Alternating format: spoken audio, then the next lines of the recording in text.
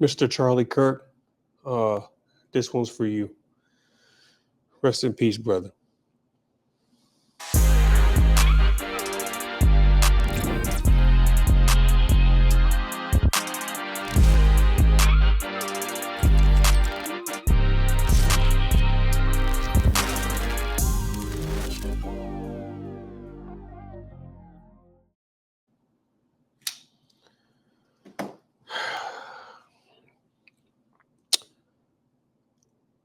It's hard for me to sit here without a heavy heart, and it's really difficult for me to sit here and not think about the events that happened. It's so many parts to dissect about this, and the way it happened. Um, it just, I mean, if this doesn't send shockwaves, not only through the conservative movement, but should be through the world.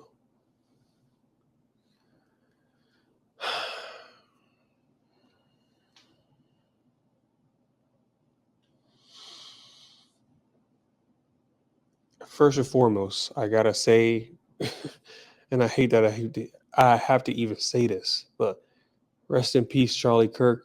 Um, Definitely someone I respected. Um,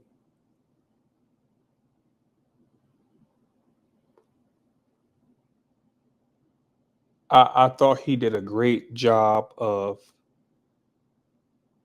taking his message and ultimately just having a conversation with the younger generation. Although he was 31, so he's not that much older than the people that he's talking to. I feel for the family, his family, his his family, his immediate family, to the people that he worked with, to the people that saw him every day, the people that the, whose people's lives were changed because of him, their mindset changed because of him. It's it's really devastating the way that this all happened. Um, and what's sad is there's people who are just going about their everyday lives now who just don't understand the seriousness of what took place. And now you have people on the other side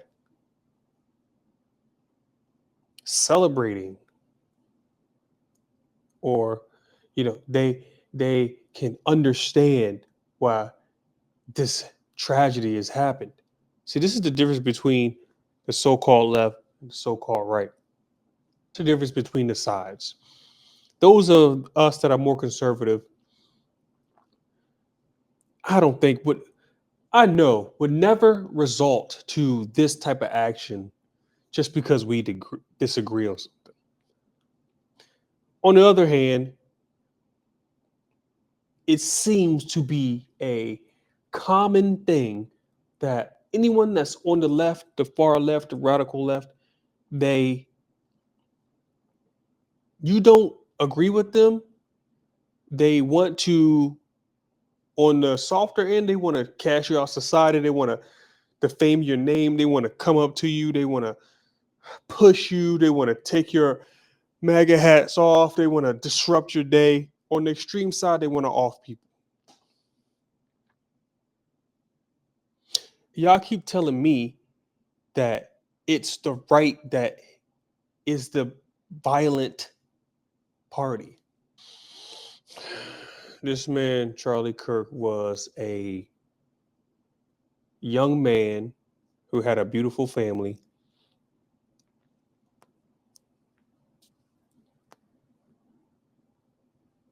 And if you're not in the political sphere, that's fine. But you may have heard of him. He was the founder of Turning Point, which is a conservative political organization. But if you're not into politics, what Charlie would do is he would go to college campuses and invite discussion on various topics, whether it was transgender, whether it was guns, whether it was abortion, whether it was Trump, all sorts of topics. All he did, because his target group was college age adults, all he would do was go on the campuses or these events, and he let people who vehemently disagree with him, let them make points, and they would go back and forth. Some were heated, some were not. But that's what debates are. And ultimately, he wanted to talk to people not emotionally, but with just facts.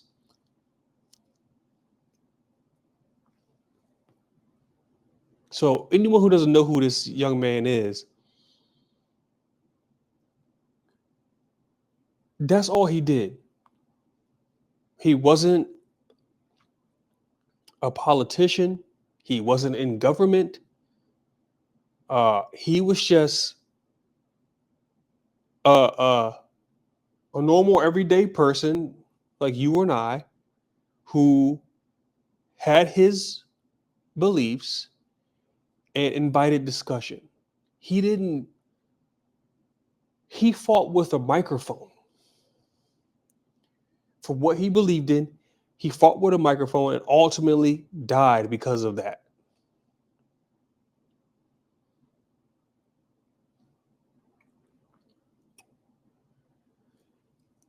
I'm going to try to keep this short because this one's, to me, I understand that President Don J was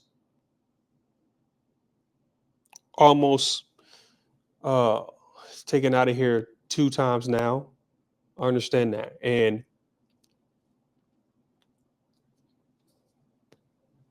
I did a video on that, and we were all devastated by that close encounter.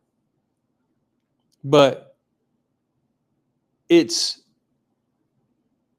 not expected, but it's understood when you take that office how dangerous that office can be. So we can understand that that situation could possibly happen. Not that we want it to happen, but we can understand that, yes, as the president of the United States, you could be taken out potentially. We've seen it before. Charlie, on the other hand, was not a political figure in that realm. Like, he's not working in the White House. He's not in the Senate, Congress. He's not anywhere up there. He has his family he takes care of, and he has his business, and his demographic was to reach out to the youth to explain why he had his certain beliefs. He wasn't rolling around with a security detail. I'm trying to paint this. People are talking about why wasn't there some more security. He's not that type of person that warrants Secret Service, Capitol Police, a detail to follow him. And when I say detail, like a security detail, a federal, agency, to follow him around. Also, because he's not that type of political figure, he doesn't have an expert medical staff right there on scene in case something like this happened. I was talking to one of my buddies, and he does get some rowdy people to come up there, and they can't handle the way that he may talk to them or the way he may bring up points. So I think a lot of us could understand if someone kind of rushed the stage, because that's where his little security detail would be, like to prevent someone from coming up on the stage. And if you look at the way his events are set up, people are kind of far back and they can talk to him from the mic. I don't know, over there. They're not right up on the stage.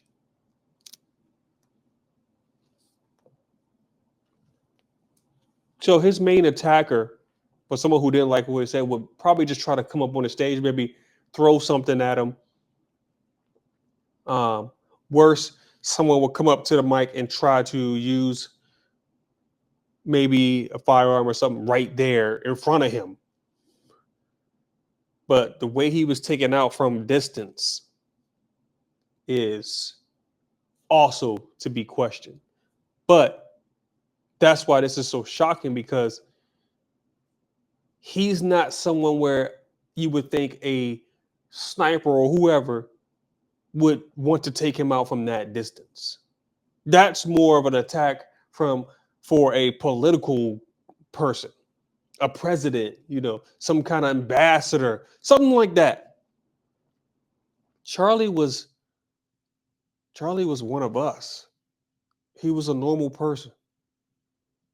He he represented the common folk.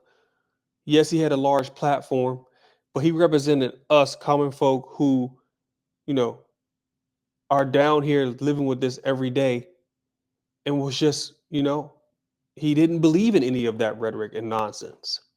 He was you and I. He was you and I.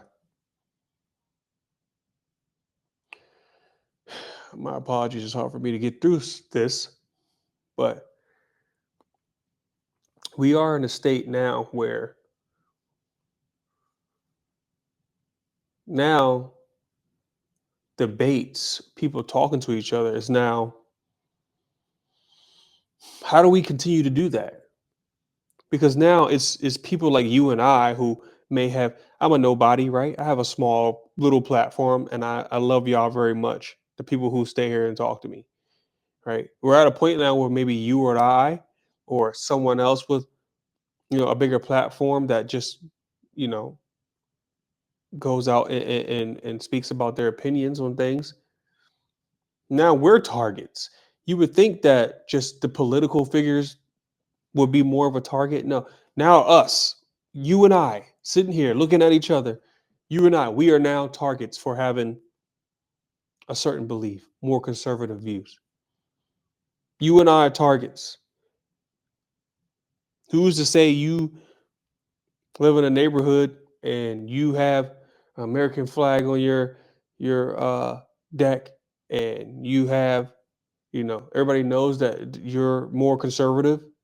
Just because someone doesn't like that will come maybe attack you and your family. We live in a dangerous time now. This significance of this is strong.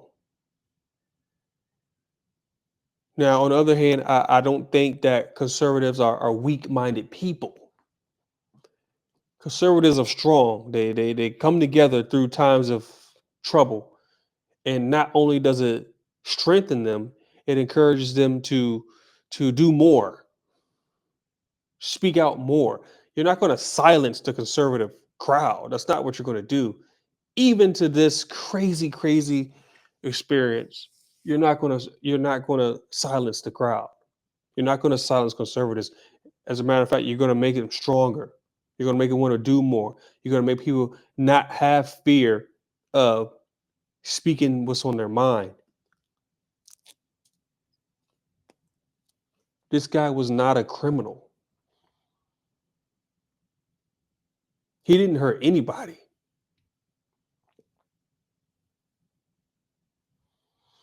He didn't bother nobody. It's not like he was a menace to society. Yet someone disagreed with him so much that they wanted to unalive this man. I don't get it. If you don't like someone, if you don't agree with someone, if you don't agree with what they're doing, if you don't like their content, One, you don't have to watch the content. You don't. I'm sure that are places on the interwebs that agree with what you think. You can go watch that. You don't have to watch people's content you don't agree with. You don't. Also, there are people celebrating this. And that's those videos are even harder to watch. The people that are laughing at an innocent person being taken from this world at 31. The people are laughing and they're going to the internet and they're making videos about this.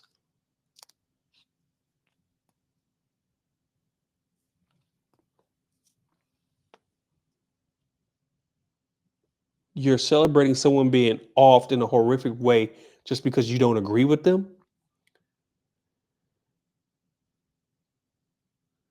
Just think about that for a second. If if I believe Skittles is the best candy, and you come up and say, no, Jolly Ranchers are the best candy, and we go back and forth, and all of a sudden one unallows the other just because they disagree on what flavor candy or what type of candy they like. It's essentially the same thing. Of course, you got politicians on the left. They want to talk about gun control and all this mess. The problem that I got is the left, the Democrats seem to harp on this gun control and take guns away, blah blah blah. Yet they seem to be the ones using guns to hurt innocent people.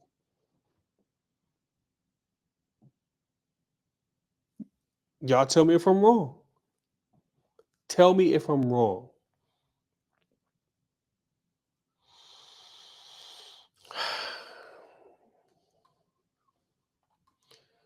I have one video. I'm sorry, guys. It's hard for me to get through this. It's because what we witnessed, the videos circle around. I'm not going to play anything. As a matter of fact, I wish the videos would stop. Um, but I can respect this young man right here who says he's a Democrat or whatever. That's fine. You're allowed to be like you're allowed to be and believe what you want to believe. You're allowed to do that when not having fear of being offed or jumped or sitting at a restaurant and having people come flip your table just because you disagree with them, or you wear some sort of political figure shirt or hat. People come up there and attack you and take stuff off you and put their hands on you. You should not. That's not what this country is about. Commend this man right here for speaking out, and I respect it. As a registered Democrat, all I have to say is the Charlie Kirk shooting just proves that we are the worst, man. My party is the fucking worst. I got people celebrating, hoping that he dies. Are we fucking for real right now? Where's the Excuse the language. empathy? Where's the respect, man? It's disgusting. It's disgusting, truly. And the fact of the matter is this: he was a father, and whether or not I agree with his political opinions, all he truly wanted to do at the core was see this country be the best. And I can fucking respect that. And to see people just be blatantly disgusting, man, we're the worst, man. We're horrible. And I will disagree with one thing he said. He's saying where I believe this young man is he's taking it kind of personal as if he's the one responsible for that. He's not. He's not. He's not. And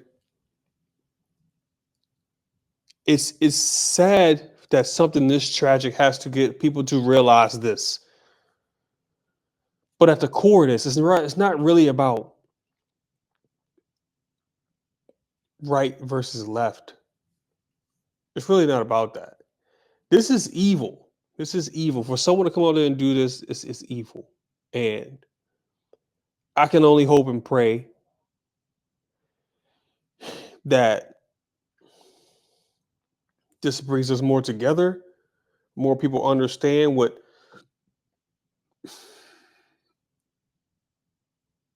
the parties are about, which party thinks what, and see the radicalization and how troublesome it is for society. But I can only hope this brings us together and brings us more unified. We had the poor girl refugee from Ukraine on the train get unalived. For what? Because the color of her skin? Oh, it wasn't because of the color of her skin. Yes, it was. The guy that literally unalived her said, "Oh, I got this white girl."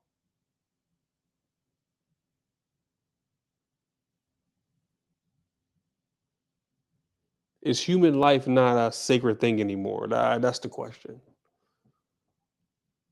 Human life not sacred anymore. And when we start going down that path, society as a whole crumbles. This is now good versus evil, ladies and gentlemen. Like I always say, stay safe out there, and y'all take care.